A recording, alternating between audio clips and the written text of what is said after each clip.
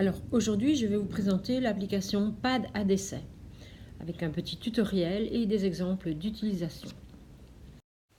Alors cette application est téléchargeable sur Google Play et aussi sur l'Apple Store. Sur l'Apple Store, elle coûte 2,29 €. Sur Google Play, je ne le sais pas, n'ayant pas de tablette Android. Il y a de très nombreux outils que l'on peut utiliser de manière très régulière. Donc voilà, le pinceau, le crayon, il y a de nombreuses couleurs, la craie grasse, le feutre ou marqueur, les crayons d'écriture, la gomme, le tampon et le fond d'écran. Voici un exemple de toutes les couleurs de crayon auxquelles vous avez accès. On peut également jouer avec les couleurs en faisant un mix et choisir la couleur que l'on désire. On peut jouer avec l'opacité aussi du trait. On a également le choix dans la palette de couleurs. Donc n'hésitez pas à explorer les différentes possibilités, elles sont vraiment multiples.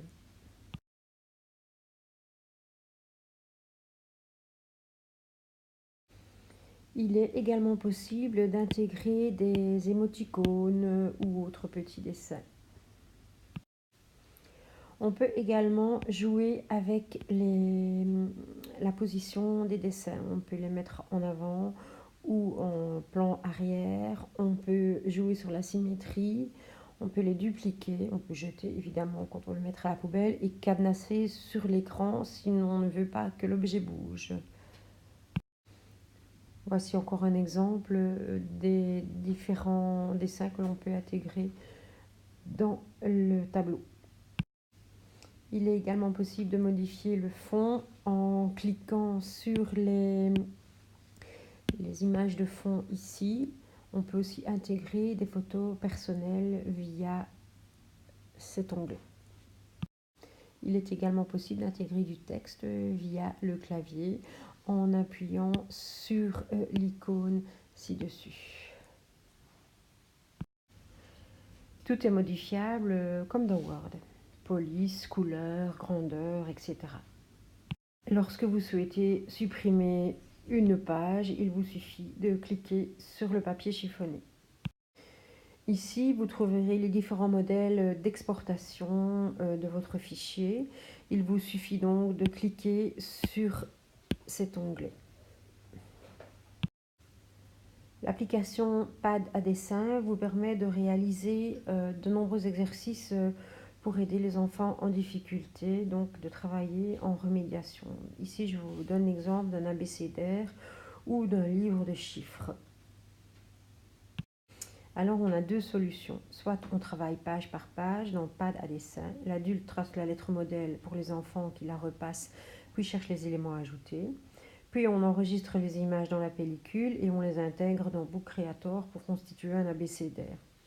Dans Book Creator, les enfants peuvent enregistrer oralement le nom des éléments qu'ils ont ajoutés. Exemple, B comme bébé. Seconde solution, l'adulte trace la lettre modèle et l'enfant la repasse. Puis on enregistre et on intègre l'image dans Book Creator. Là, l'enfant dessine un ou plusieurs éléments qui comprennent le son demandé. Puis il enregistre oralement le nom des éléments.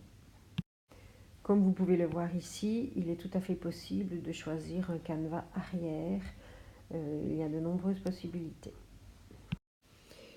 Donc si vous désirez enregistrer l'image dans la pellicule, vous cliquez d'abord sur cette icône-ci pour avoir les différentes zones d'enregistrement. Puis vous allez sur enregistrer l'image et l'image s'enregistrera dans la pellicule. Vous pourrez la réintégrer dans une autre application comme Book Creator pour créer le livre des chiffres ou un abécédaire. Ici, je vous montre l'exemple du livre à compter. Donc, on dessine en premier lieu le chiffre que l'on met à la disposition de l'enfant.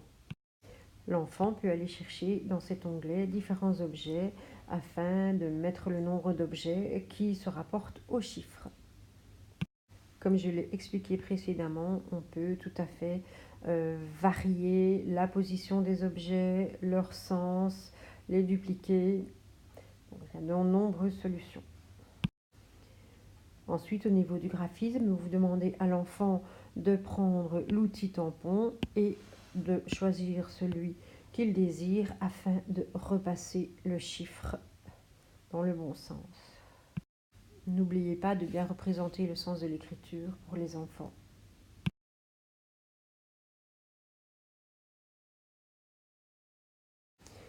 Ici, vous pouvez bien entendu utiliser l'outil gomme de différentes grandeurs pour effacer les erreurs.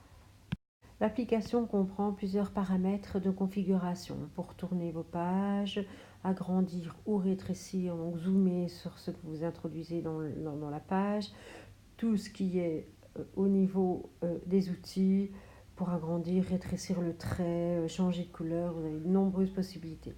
Vous pouvez aussi ranger vos réalisations dans des bibliothèques ou les partager. Le menu est très complet.